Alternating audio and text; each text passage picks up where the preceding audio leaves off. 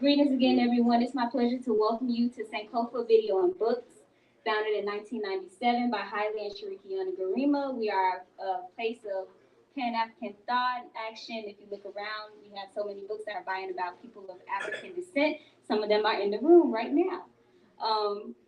It's also an honor to have you here, dear Amari Jackson. I read your book, Jelani's Key, and let me tell you, I was on the bus.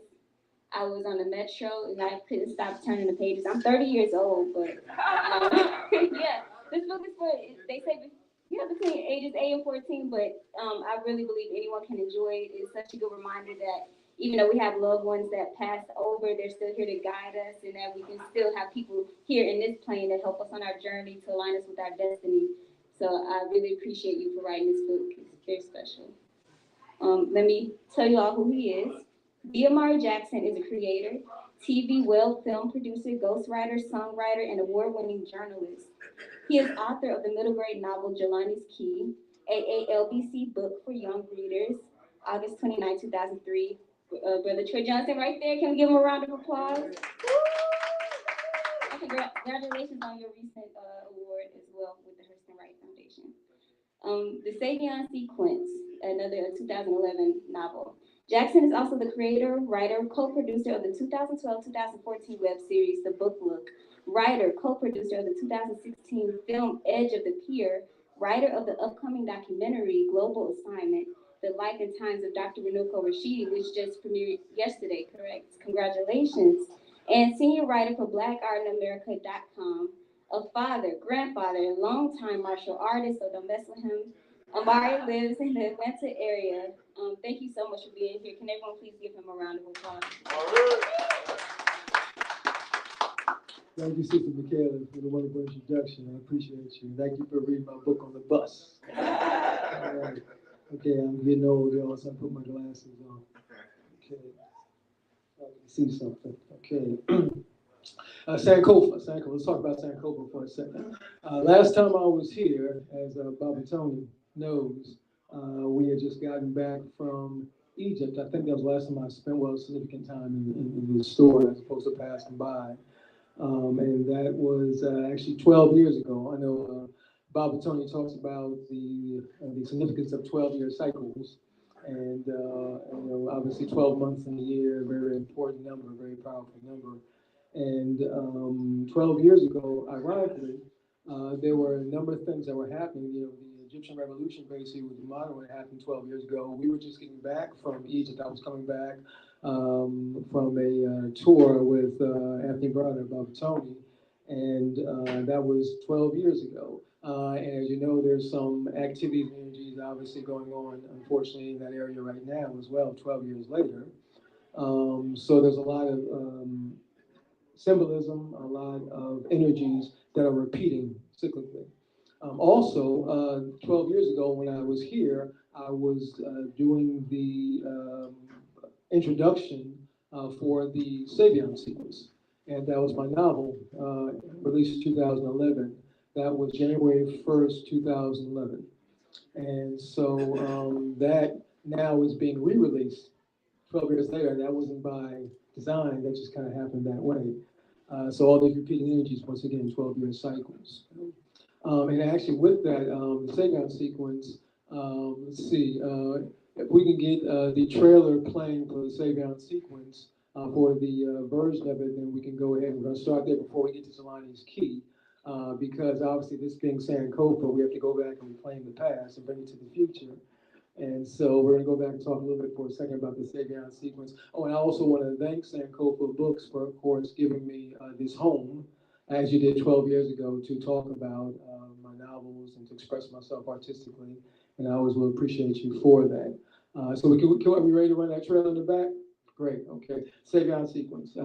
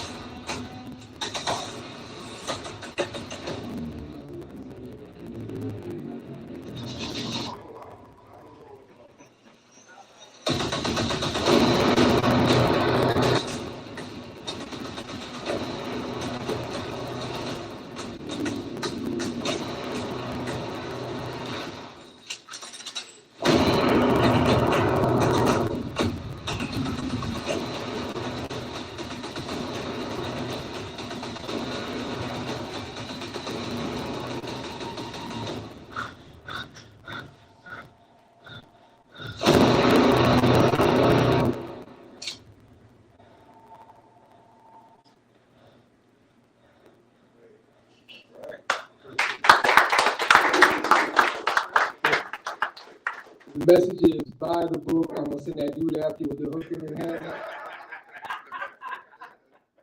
Right. So that was the Savion sequence, and that was something where when we were here that day, Bob Tony actually interviewed me right on the stage.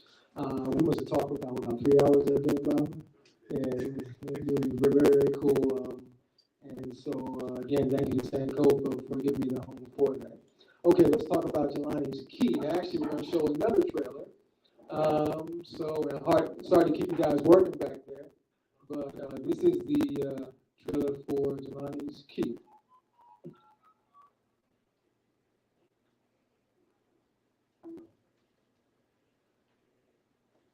I'm a very visual writer, as you guys can see, and show it to you.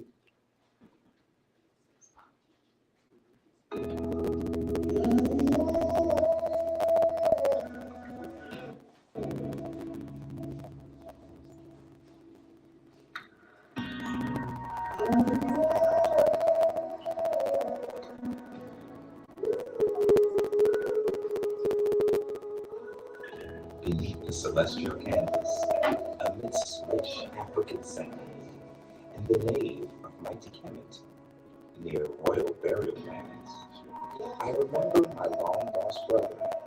The temple he lies within, and face Karakhamun. The spirit now speaks again, from the mind of the Amari Jackson. Jelani's Key.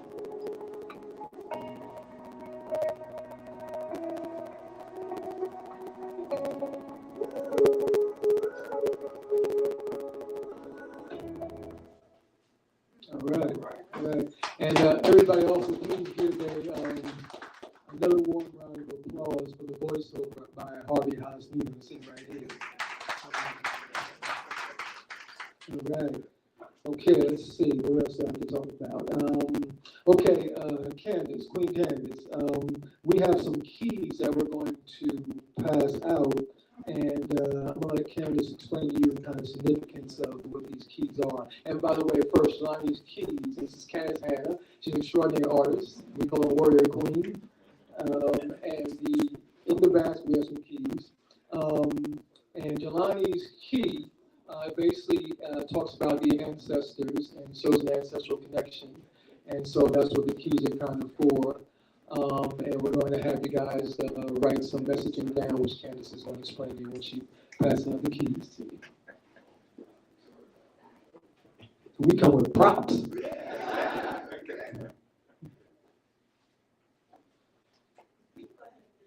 Sure, okay.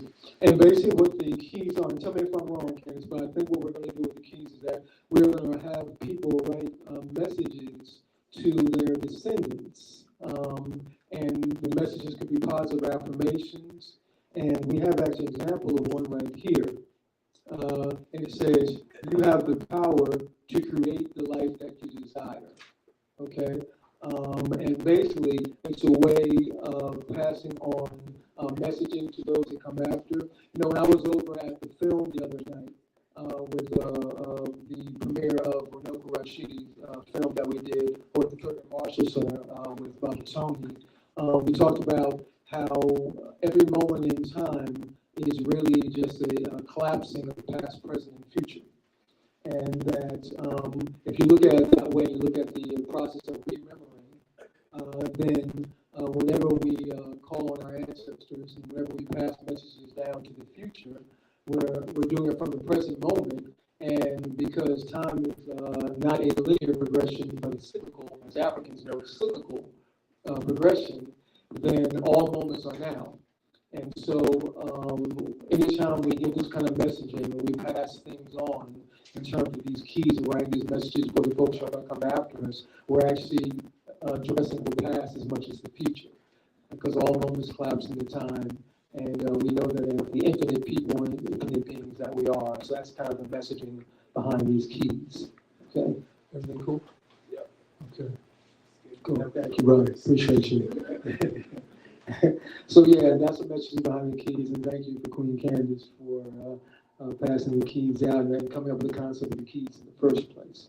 Okay, let's see. I think now we are ready to read, I believe. you. So yet again, we're going to have, I guess, the next file start. And I'm going to grab the book real quick so I'm on time. And I'm just going to read a couple of chapters from Jelani's Key.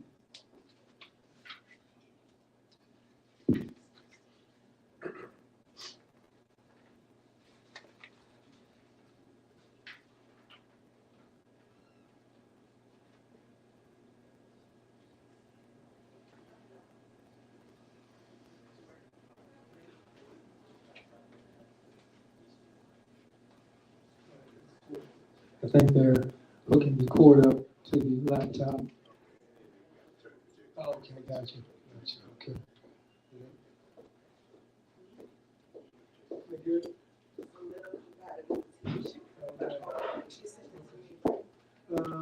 Yeah, I should.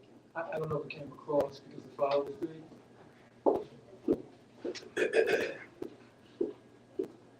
And you know what, while I'm waiting for them, a couple of things I should acknowledge about this book. Firstly, Jelani's Key is a product of the African American Literature Book Club, which of course is the oldest and largest entity online supporting Black books over the last 25 years, and is run by my good brother here, Troy Johnson, in the front, who of course was 2 nights ago. 2 nights ago. Was that 2 nights ago? Yeah, wow, okay, yeah, right. You guys did a long week, right? 2 nights ago was given a Lifetime Achievement Award by the Hurston Wright Foundation. And he's also my publisher, and it's definitely an honor and privilege for him to be here. It's also an honor and privilege for Anthony Bratter. I'm sure most of you guys already know, I don't too much explain about who he is, to be here as well. And so I've been here 12 years ago after we got back from Egypt to do what we traverse the land of our ancestors. And also, I want to acknowledge the fact of my son, Justin Jackson, who couldn't be here today, who hopefully is watching online if the stream is going out. He also was the incredible illustrator and cover designer of the book as well. So just give Justin some props as well. We all good? Okay.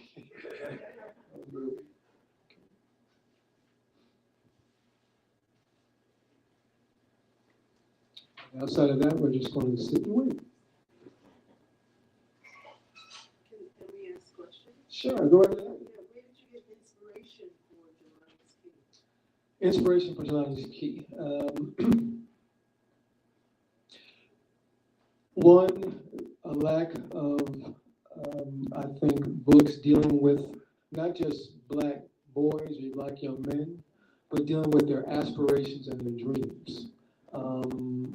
Dealing with them in a way where they are aspiring to something, they're visualizing something, they're seeing something, and then it's happening. Part of the book was initially inspired by the excavation that I was exposed to when I went to Egypt with Baba Tony in terms of the 25th dynasty nobles, two of them, Karakhamun and Karakhamun, who were the main inspiration for it. And then it was about crafting a story around it where we can talk about something nonfiction, the excavation itself, which of course is going on to this day, and talk about the beauty of that process, and then relate it back to the American side, or the side of us where we are connecting with our ancestors. So that's how the characters of Jelani and Amari came about. It was about forging a story around this extraordinary process that's going on the other side of the world right now, that we as African Americans are also involved in making those ancestral connections. And so that was part of the main inspiration for it. Can you talk a little bit more about the dig? Sure. And actually, I was going to bring Bob Tony here to talk a little bit more about the dig. But we can either do that. I'll tell you what, let me ask where they are. Candace, should we go ahead and do something else? Go to something else? Bob, you want to come up and talk about the dig? Sure. Great, okay.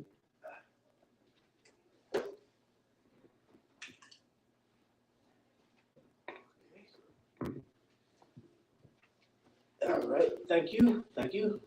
Good to be back here. We last Sunday afternoon commemorating the 1 year anniversary of the passing of Hali's sister, Salome, and just reflecting on how significant this bookstore is, how significant it's been to the DC community to have a space where people can gather to eat, to read, to feed their mind and their body, and to also be in a space where they can be introduced to films which will connect us to a greater aspect of our beingness. And I always wondered, I met Haile a couple of years before he did Sankofa, and loved Sankofa, loved the film, and I was always confused about why Sankofa ends with a shot of Abu Simbel. I didn't really get it, and then about 15 years ago, Haile chastised me, as he does, about complaining about why Asa and I always talk about Egypt. We always talk about Egypt. And what you don't understand is that Egypt began in Ethiopia. And I didn't realize it then, but I know it now. The essence of Egyptian civilization comes out of Ethiopia, comes out of the Blue Nile. Asa passed in 2007 in Egypt. And as a result of my missing Asa, as long as I had the opportunity in 2008 to become involved in archaeological excavation in Egypt, in an area known as South Assasit from the west bank of Luxor, Egypt. And I thought about what I could do to honor Asa and came up with the idea of naming the project after the letters in the name of the mountain and the man that I was missing, Assasit, ASASIF, Asa, the Asa Restoration Project. So that project entails the excavation and restoration of three 25th Dynasty tombs, of three 25th Dynasty noblemen who were priests, Karakhamun, Karabashkin, and we just a few years ago identified the name of the original occupant of the third tomb. All these tombs have been usurped by people from the 26th Dynasty, and then the Greeks, and then the Romans, and then the Arabs. So they've been recycled, if you will. And the name of the occupant of the third tomb is Nespa-Nedjed. They were all priests of Amen at Karnak Temple, which is the largest temple complex on earth. And being that they were part of the 25th Dynasty, the role of the 25th Dynasty was when Africans from Kush, and Kush is in Sudan, and the essence of Kush civilization is due to the knowledge that flowed out of the Blue Nile in Ethiopia into Kush, which ultimately made its way into Kemet. So to be able to connect these dots was important. But the 25th Dynasty kings came into Kemet specifically to restore the land of their ancestors. And for the century that they were there, they initiated the first Renaissance in documented history. And we believe, based on what we have found thus far, that Karakhamun, whose tomb we thought was just a tomb, but as we continued with the excavation, we discovered by excavating the superstructure, it was that we found pylons. So the presence of pylons means that a temple was there. So it's a temple tomb. It was never meant solely as a place to bury a body. It was a place where their colleagues could come and continue the lessons of the living, right? So it's a temple tomb. And it just reinforced the significance of what the 25th Dynasty did, coming back into Kemet to reclaim the memory of their ancestors, initiating the first Renaissance in documented history. And the essence of everything that they did, the essence of what the West Bank of Luxor is all about, is keeping the names of the ancestors foremost in the minds and tongues of the living so that the ancestors can continue to live. So in Amari's story, to have the story centered around two young African-American males who have experienced loss of a grandfather, loss of a father, and then to pull their lives together and see that there was a third party who knew both the father and the grandfather. Am I giving away too much of the plot? No, you go ahead. Okay. I want to blow anything. Tell the story back now. And then to see it literally as a cultural coming of age story, where they're given the key, which allows them to follow the journey of their father and their grandfather and the elder who's guiding them, so that they can remember, right? And the very term remember has taken on new meaning to me as a result of understanding what Haile meant about the essence of Kemetic civilization coming out of Ethiopia, because the Assyrian drama is the most significant aspect of Kemetic history, culture, and mythology. And the Assyrian drama comes out of Ethiopia. And it's a story that's 10,000 years old. And the celebration of that story is still celebrated annually in Ethiopia today. So I had come, and then I'll finish after this because it's your book side. What I've come to understand is that as part of this erasure of history is the erasure of the feminine presence in history, the mother figure in history. So women have been marginalized, men have been unfairly elevated to the point that we've got all these Frankenstein monsters going around the world, destroying the equilibrium in the world. And it's about the return of the feminine balance. And if you understand the Assyrian drama, the key to the Assyrian drama is a set. She's the one who found the missing pieces of Asar's body. She's the one who remembered Asar. She's the one who set in motion the entire process of human history. So what I see, even though Jelani's key is about male figures, all of the males are searching to find that feminine aspect of themselves, which will make them whole. To me, that's the key. That's one of the keys. There are many keys, right? There's a key to the door, and then each door has rooms that have other keys that can unlock ourselves. And so to me, that's the essence of Jelani's key. And so I appreciate you taking that experience that we had and Kemet 12 years ago, incorporating that into a story to craft the development of the consciousness of young black males, and then tying it to the 25th dynasty, and then donating proceeds from the sale of the book to the Ace of Restoration Project so we can continue to work. So it's all come full circle, and it's what we're supposed to do as a people, support each other.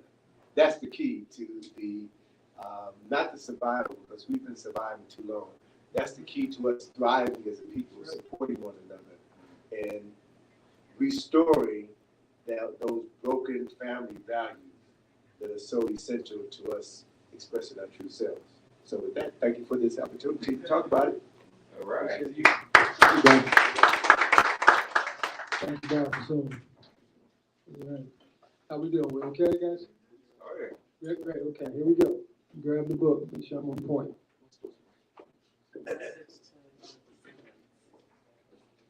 Can you tell us again what we're supposed to write?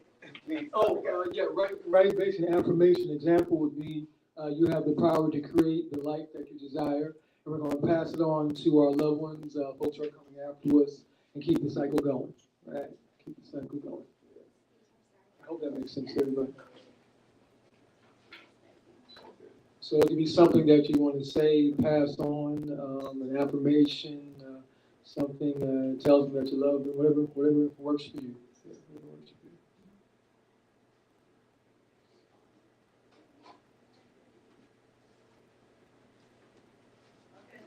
All right. Oh, there you go. Okay. Chapter 1, Tata's wish. Tata was dying. Without the key, all would be lost. Tears streamed down his mother's cocoa brown cheeks as she stared into Jelani's watery eyes. Softly, she answered the unspoken question they begged. All we can do now is pray, Grandpa. Pray for Grandpa, sweetheart. For the first time in his 11 years, Jelani did not believe what his mother told him. He knew there was something more he could do. After all, last night, just hours after the hospital released his grandfather and told his parents it was only a matter of time, Tata had risen from his wheelchair, entered Jelani's room, and told him about the key.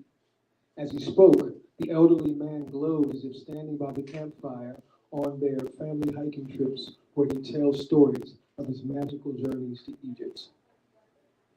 Since Tata hadn't walked or talked for years, Jelani knew his late night visit was a sign his grandfather was getting better. And once he located the key, he knew Tata would return to walking, traveling, and telling stories like he always had. Sadly, he wouldn't get the chance. The next morning, Jelani's father gently nudged him awake and led him downstairs to the living room. There he sat on the couch next to his crying mother and little sister Kara, as his father explained his grandfather no longer lived on earth. He said Tata had left to join the ancestors and in a beautiful place where he would no longer feel any pain. Jelani was stunned.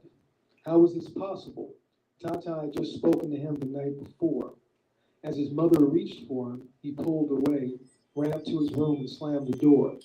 He heard his father's voice telling his mother it's okay and to give him some space. Jelani dived into his bed and shoved his face into his pillow. But before the first tear could fall, he felt something odd. Raising his pillow, Jelani saw a small envelope with his name on it. He sat up and pulled out a folded note from the envelope as a shiny object tumbled out and disappeared under his bed. Jelani scrambled to the floor. Behind one of his shoes, something glimmered as he grabbed it. In his hand, shaped like the African symbol Tata had worn around his neck called an ankh, was a golden key. Jelani gasped and unfolded the note, which contained a mysterious poem. Though he was a good reader, he could not understand its full meaning. Beneath the celestial canvas, amidst rich African sands, in the nave of mighty Kemet, near royal burial lands, I remembered my long-lost brother, the temple he lies within, and faced Karakhamun, whose spirit now speaks again. Next to the strange poem was a short message scribbled in Tata's handwriting. Jelani, find Karakhamun. Love always, Tata. Jelani was floored. Though excited he located the message and key, he now had more questions than answers. He did know that the term celestial referred to the starry sky above. Grabbing his dictionary, he found out that nave was basically another way of saying middle or center, like his own neighbor belly button in the middle of his body. But what was the key for, and how was he supposed to, quote unquote, find Karakhamun, a large African-sounding word he could barely pronounce? He could ask his dad, but Jelani knew his father would be busy the next few days comforting his mom and little sister, and he felt this was too important to wait that long. Jelani also knew that later that evening, just a few blocks away, the special place where Tata had attended his weekly African history lectures would open. So after waiting for the sun to drop in the western sky, and with Tata's key on a chain around his neck, a determined Jelani climbed from his window to the porch below to don his helmet and his Egyptian blue race bike. He then pedaled up Benning Road to see the one man who could likely tell him about the poem and what the word Karakhamun meant. Chapter 2, The Bully of Benning Road. Bakari battle was mean, make no mistake about it.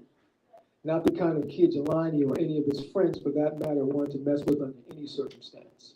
For years, they'd heard horrific tales of the bully of Benning Road, the man-sized boy who hovered by the door of his broken-down house and chased any boy his age who dared pass by his stoop alone after sundown. Though few had ever seen him up close, since they'd scattered like chickens once his tattered wooden door creaked open, Bakari was known throughout the community as a monster. He was said to be humongous, big enough to scoop up two screaming kids his age, slam their heads together, and drag them back into his creepy house to never be heard from again. Then there were the stories from those who claimed to have escaped Bakari's clutches, telling of walnut-sized knuckles that could pound the stuffing out of bony little bodies like Jelani's. Since he lived 7 houses down from Bakari, Jelani never had a reason or desire to cross the bully's stoop after sundown. However, this was no ordinary evening. Jelani desperately needed to find out about his grandfather's note, and Bakari's stoop was located between him and his destination. Plus, despite such monstrous stories, there was something about the bully Jelani was not so sure of. Whenever his parents drove past Bakari's house, and Jelani gazed from his back seat at his second-story window, he could see a large telescope, just like the one Tata had given him, sitting on the shelf, angled at the sky. As far as he knew, monsters were not in the stargazing. The idea was to ride as fast as he could past Bakari's stoop so the bully would not have time to react. That didn't happen. Just before the stoop, Jelani was stunned by how heavy and hard his bike had become to pedal. It felt like an invisible passenger riding with him, weighing it down, stopping his thin rubber tires from turning. Jelani looked down and his heart sank. His rear tire was flat. A small nail had punctured its rubber coating. As he reached for the nail, from the corner of his eye, he saw something move. It was as if a massive body was blocking the light of the evening sky, like the eclipse his grandfather had once taken him to the West Virginia mountains to see. Jelani froze. Slowly, he looked up. Standing in front of him was the biggest kid he'd ever seen. His body was like one of the linemen Jelani and his dad watched on television during football season. His legs doubled as tree trunks while his arms and hands looked like they could crush a trash can. And his head reminded Jelani of the giant presidential statues at Mount Rushmore he'd researched online for a recent school assignment. Trembling, Jelani knew he was about to become the latest victim of the bully of Benning Road. He closed his eyes and sadly recognized that his chances of finding Karakhamun, whatever that meant, were growing slim. He was not prepared for what happened next. Instead of receiving the blow he thought would surely come, he heard an unexpected voice. Sorry about your grandfather. Opening his eyes cautiously, a confused Jelani answered slowly. You knew my grandfather? The giant boy's eyes dropped toward the ground. He responded softly. Yeah, he and my dad were friends. They went to Africa together a few years back. Jelani was stunned. The boy was definitely huge, but surprisingly, he really didn't look all that mean. In fact, his saucer-like eyes looked anything but mean, even sad. And he had known Tata. I'm Bakari, the large boy continued. Your grandfather, back when he could talk, told my dad he wanted me to meet you since we both love to gaze at the stars. But then he got sick before it happened. I never knew that, gushed Jelani. Why didn't you and your dad ever come see us at the house? Bakari's eyes,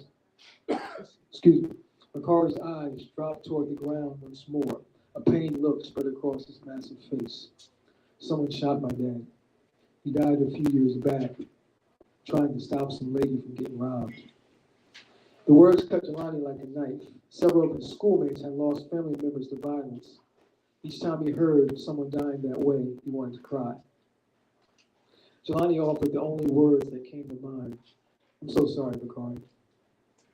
For a moment, the two boys stood in silence under the flickering streetlights. Suddenly, Bakari pointed up at the telescope in the second-story window. My dad and your grandfather really want us to study the stars together. Jelani shook his head in wonder. Bakari, I had no idea. I know, replied Bakari softly. And just like that, for Jelani, the horrific and legendary tale of the head-smashing bully of Benning Road disappeared as if it never existed in the first place. The large boy changed the subject. Well, wherever you're headed, your ride's not going to get you there. Grabbing the bike with one hand, Bakari nodded as Jelani headed toward the house that now seemed a lot less creepy. Come on, man, let's get you fixed up. That's my son, Justin Jackson, the artist of the cover. And that's Candace Queen Hannah right here. Candace is responsible for the art that you saw throughout here. She's a very talented artist and very proud to have her on my team. So thank you very much.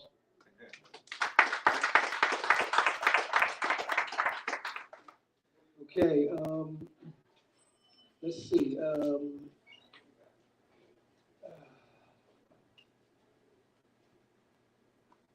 Jelani's key, I'm hoping, and I think it is having some kind of connection right now. I keep hearing people talk about how they have been giving it most importantly, although they aren't here right now, to children. And I'm hearing that the children are not only reading it, but rereading the book. And that's exactly the impact I wanted it to have. It's one thing when you write something and people come and they compliment and say it's a work that affected them a certain way. It's another thing when the youngest among us have some kind of reaction for a work or something that you've done creatively. So I believe then you totally know that you're in alignment, you're doing something that you were meant to do. Because in this day and age, where our youth are being bombarded with too much stimuli from all kinds of places, good, bad, ugly, especially bad and ugly, unfortunately, in a lot of ways. For them to have something to focus on and aspire to, for them to connect through all of that stuff, that distraction and that static, and be able to remember themselves, who they are, and have some kind of outlook for the future that's optimistic, that is forward thinking, and that is self-serving in a good way, then that is a wonderful connection to make. And so that was a lot of the inspiration behind Jelani's Key as well. I felt that there had to be some kind of book at the same time. A lot of books won't talk about our Africanness, okay? And a book like Jelani's Key wanted to make sure that was front and center. And I also wanted to make a real connection, not just a fiction connection. I wanted to make a real connection, obviously, to the nonfiction part of the story, which of course is the excavation that is going on in a real place across the other side of the world, and making sure that they could not only know that this is something that happened in fiction, but you also can make those real connections to something real and something that is active and true that you can aspire to and become a part of. And so that also was a part of Jelani's Key as well. And I think for the most part, that's about it. I want to thank all you guys for coming out. I think we're streaming as well, I believe we are. If we are streaming, thank everybody for streaming and watching from a live stream. But I also want to open up right now to any particular questions or any comments or concerns or tomatoes or whatever you got. Feel free to throw them. Anybody? Go right ahead, brother. Yes, I love the idea of remembering who you were before you were born. That right there is very intriguing. So the book is definitely resonating with me. I'm going to read it like I was his age, and I know I'm going to enjoy it. So thank you. Appreciate you very much, my brother. Definitely that process of remembering, the Asarian sense of the word, putting back together, making whole again. That's definitely what we are in place to do. And I think that's also what things like writing allows us to do, enables us to do. That's part of how we make those connections, both before and after, past, present, and future. That's how we, in this current moment, can make sure that people recognize that, in fact, it is a cycle that loops back on itself, and not this linear progression that disappears into nothingness, And infinity is not nothingness. Infinity is who we are within us and all around us. And those connections are made from this current moment so that we can remember. And in remembering, we are making both the past and the future better. So thank you. Tim, brother Tim, you got a question? Yeah, thank you. Really enjoyed that. Appreciate you, brother. Really been thinking a lot lately about death and passing, both from a personal standpoint. I'm wondering how you think about death and passing as a sort of engine to opportunity or opening secrets, keys to past. How do you use that? Appreciate you. Beautiful question, my brother. Bob and Tony the other night when we were over at the film, or over Rashidi, said that there is no death. And there's only life after life. And I know Bob has also spoken about how in being a part of this dig, this excavation, where he's in this 25th dynasty tomb with the spirit of the nobles and the ancestors all around him, how when he says he knows for a fact there is no death, there's only life after life, because you're with the spirit, you're feeling the energy, you're feeling the communication. Obviously, those spirits are very much alive. So all of us go through a process, a transition process. And that process, as far as I'm concerned, is eternal, and there's only life after life. And we have a lot to do while we're here, but we also have a lot to look forward to in the ancestral realm. And I believe that I know, me personally, I feel my mother's presence every single day, and I feel her talk to me every single day. And I carry her with me, and we're forcing in this beautiful place called Sankofa. Sankofa talks about going back and reclaiming that past and bringing it with us so we can build a better future, bring it forward into the future. And so I guess that's the best way I would answer that question, that there is no death, there's only life after life. That's what we remember for, that's how we put it back together, that's how we make it whole, and that's how we move on into the future.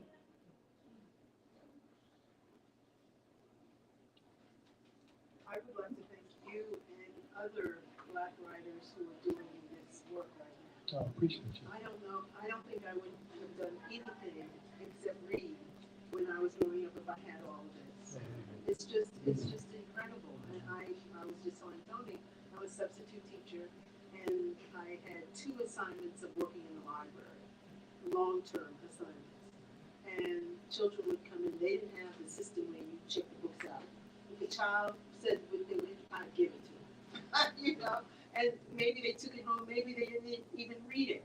But later on, they'll find it, like my nephew, he found the books I've been giving him over the years and started reading them. It took him a while, but he did start reading them. So I thank you for the book, and my husband has a book as well, a children's book. And I thank you all for doing this because our children need it. They really do. Appreciate you so much. Appreciate it. You know, it's you just said something. You said that you gave them the book.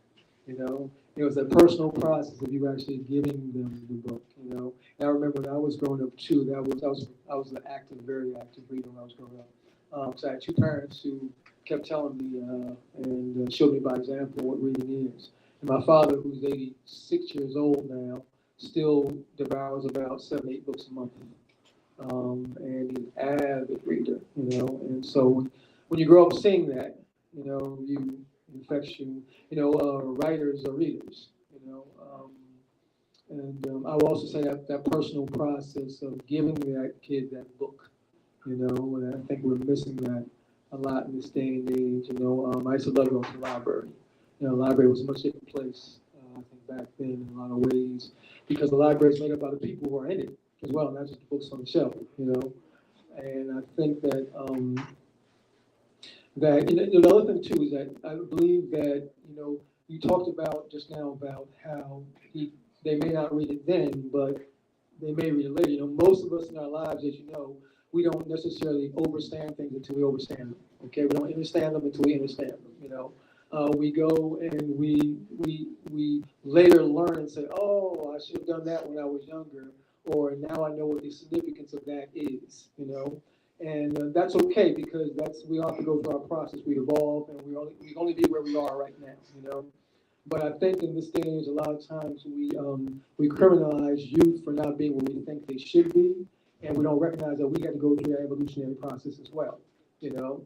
And so, and at a certain point, they may pick up that book, you know. At a certain point, they come to a certain revelatory process or cathartic process that enables them to get to a certain place that they weren't before, you know. And I think, unfortunately, in this day and age, there's so many things that can get in the way of that process and prevent it altogether from happening sometimes, you know. But but yeah. So I don't know if that addresses your point, but that's what I got from your comments. So I appreciate you for that. Anybody else? Sharice. Can you talk a little bit about how the book has been received and how you amplify this message, such a deep message, but in the era that we're in of, you know, books being banned and messages being controlled? And then just also in this whole TikTok social media generation, kind of, how do you get, well, how has the book been received, and then what kind of plans do you have for trying to amplify the message to have it reverberate. Especially since I'm an expert in TikTok. I know. That's what I'm asking. I'm not on social media. Yeah, yeah. Yes, I am. So the first part of the question was how it's being received, right? It's been received actually very, very well. It's definitely struck a chord, struck a nerve, as my publisher, Troy Johnson, sitting here can tell you. It was the bestseller simultaneously, believe it or not, on ALBC, ALBC.com, the oldest and largest entity online devoted to Black books, and also on Amazon at the same time. It was a bestseller for the month, I think, of September. So it's being received by somebody, and somebody's buying it. So that's good. The second part of that question, Reed, was banning of books, right. The environment that we're in right now, and of course, I know you guys have heard a lot of this feedback from the Black community in particular, in terms of, it's a way of actually an excuse to buy more books. It's actually focusing, it's taking lemons and turning into lemonades, as we always do. And I think that with the political climate, which again, they're going to do what they do. They always do what they do. I think it's more important that we do what we do. I'm less concerned about what other people are doing. I'm more concerned about what we do. And I think if we focus on ourselves and we remember who we are, then we don't have anything to worry about. But yeah, in this environment, we do have an obligation to support the kind of creative, artistic endeavors and expressions that we want to see about ourselves. And we have to be adamant about that. We obviously have to use our dollars to support that as well, as any community that wants to have those kind of images and reflections and representations of themselves being active and being prominent, then that's what we have to do. And I think we are in a lot of ways. I think it's pretty much served as a way to actually inspire and to actually, what's the word I'm looking at when you bring things together? Galvanize us as community, and I think that's the way we are receiving it. So yeah. Anybody else? If not, I want to thank you all for coming out and supporting this process, coming out and listening to me talk. And hopefully I didn't bore you. And it's been a pleasure being back here at Sankofa and doing this at another 12-year cycle. I guess I have my next book out another 12 years. And I want to thank everybody, all my family here. Thank all you guys who come out and support me as you always do. And I love you all, and thank you.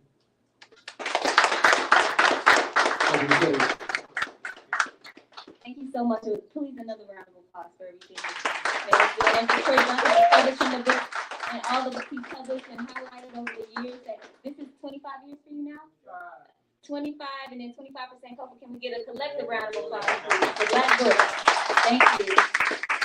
Yes, so unfortunately we've come to the end of the program, but fortunately we have a lot of books that you can purchase for not only yourself, your loved ones, any young people that you know that can benefit from the story. Like I said, I'm 30 years old, but I could not stop reading the book and I benefited so much from it. So again, thank you for being here. You can meet us in the back to get your book, and then Mr. Jackson will be signing it. Yep. Okay, cool. Thank you so much, guys.